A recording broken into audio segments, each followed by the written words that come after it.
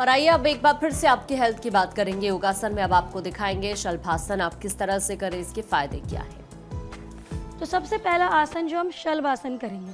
अब शलभासन भी हम इजी वे से सीखेंगे बिकॉज जिनकी कमर में दर्द है वो पैर को पूरा ऊपर तक लिफ्ट नहीं कर सकते हैं, तो उनके लिए भी क्या है, आप अपने दाएं पैर को उठाएंगे। ज़्यादा ऊपर नहीं उठाना है, बस इतना ही ऊपर उठाना है।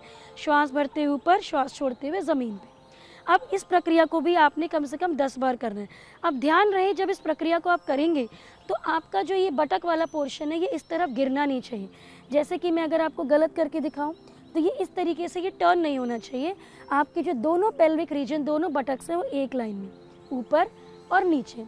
जितने में आपके बटक दोनों लाइन में रहे उतना ही पैर को ऊपर उठाना है, उसके आगे नहीं उठाना है।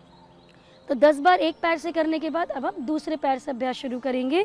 श्वास भरते हुए ऊपर, श्वास छोड़ते हुए नीचे। ये अभ्यास बहुत ही लाभकारी है। आपकी जो ये बटक की जो मसल्स होती है, जिनको शाइटिका का दर्द रहता है, उनके लिए बहुत लाभकारी है। तो इसको 10 बार ऊपर, 10 बार नीचे। अब अगर आप इसमें कंफर्टेबल हो जाएं तो अब हम दोनों पैरों के साथ करेंगे। सो दोनों पैरों को इकट्ठे करेंगे, श्वास भरते हुए ऊपर, श्वास छोड़ते हुए नीचे। अब इसमें मैक्सिमम लोग जो गलती करते हैं, जब वो पैर उठाते हैं तो अपने घुटनों को ऐसे बेंड कर देते हैं। तो अगर आप घुटनों को बेंड करोगे तो आपकी जो मांसपेशियों पर खिंचाव आना चाहिए वो नहीं आता है। तो आपको अपने उसके लिए क्या करना पड़ेगा, पैर को रखेंगे, अपने पंजों को तेज़ी से प्रेस करेंगे। इतना प्रेस करेंगे कि जो आपका नीचे का भाग है, थाई का घुटना, वो ज़मीन से ऊपर उठ जाएगा। इसको करने के बाद अब आप दोनों पैरों को उठाएंगे ऊपर और नीचे।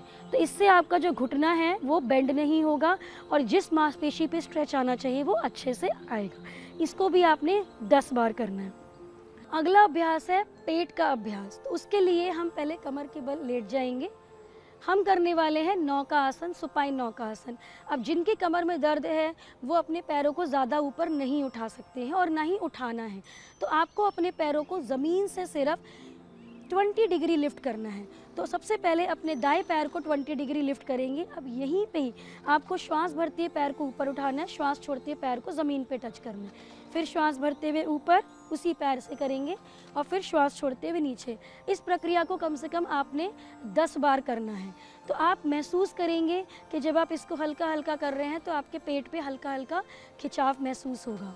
अब इसी को ही दाएं से 10 बार करने के बाद हम दूसरे पैर से भी करेंगे। श्वास भरते हुए ऊपर, श्वास छोड़ते हुए नीचे। ध्यान रहे जिनको कमर का दर्द है वो पैर को इससे ज़्यादा ऊपर नहीं लेके जाएं, क्योंकि अगर वो इससे ऊपर लेके जाएंगे तो उनकी कमर पे प्रेशर पड़ेगा। तो कमर पे किसी तरीके का प्रेशर आपको नहीं लेना है। अब अगर आपको इसमें आप सहज पूर्वक इस पर कर पा रहे हैं तो अब हमने क्या करना है, अपने अपर बॉडी को भी उठाना है। तो पैरों को नीचे रखना है, अपने अपर बॉडी को उठाएंगे सहजता पूर्वक, बस इतना उठाना है। श्वास भरते हुए, श्वास छोड़ते हुए नीचे।